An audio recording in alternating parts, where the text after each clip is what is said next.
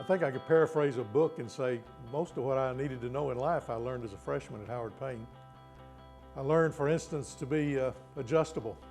I'd gotten a scholarship offer to play baseball at another Baptist college. And Dr. Newman found out about me and invited me to come to Howard Payne. I'd never heard of Howard Payne, I'd never heard of Brownwood, but I showed up and he said, "How much do they offer you at that other school?" And I told him, and he said, "I'll match it."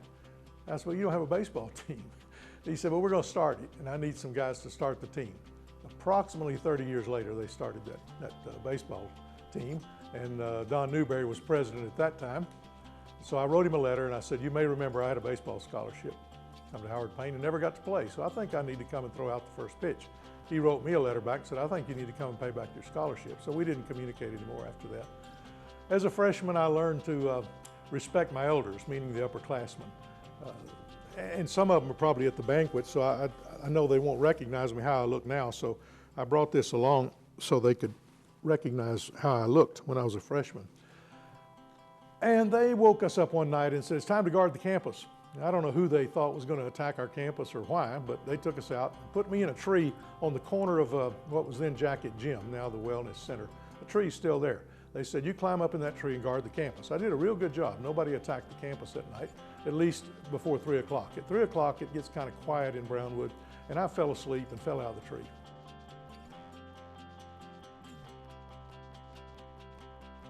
Being able to preach revival meetings as a student at Howard Payne led to my 22 years on the faculty of Southwestern Baptist Seminary. One of my responsibilities was preparing and sending wannabe preachers out to preach revival meetings all over North America during spring break.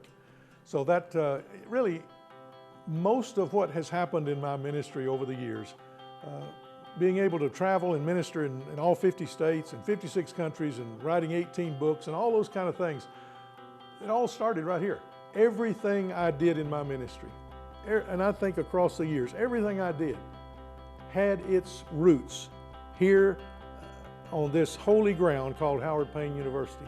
So, to be named Distinguished Alumni is an honor I take very seriously. I'm humbled, I'm honored by that title and that award, and all I know to say after that is, hail to the gold and blue and Stingham Jackets.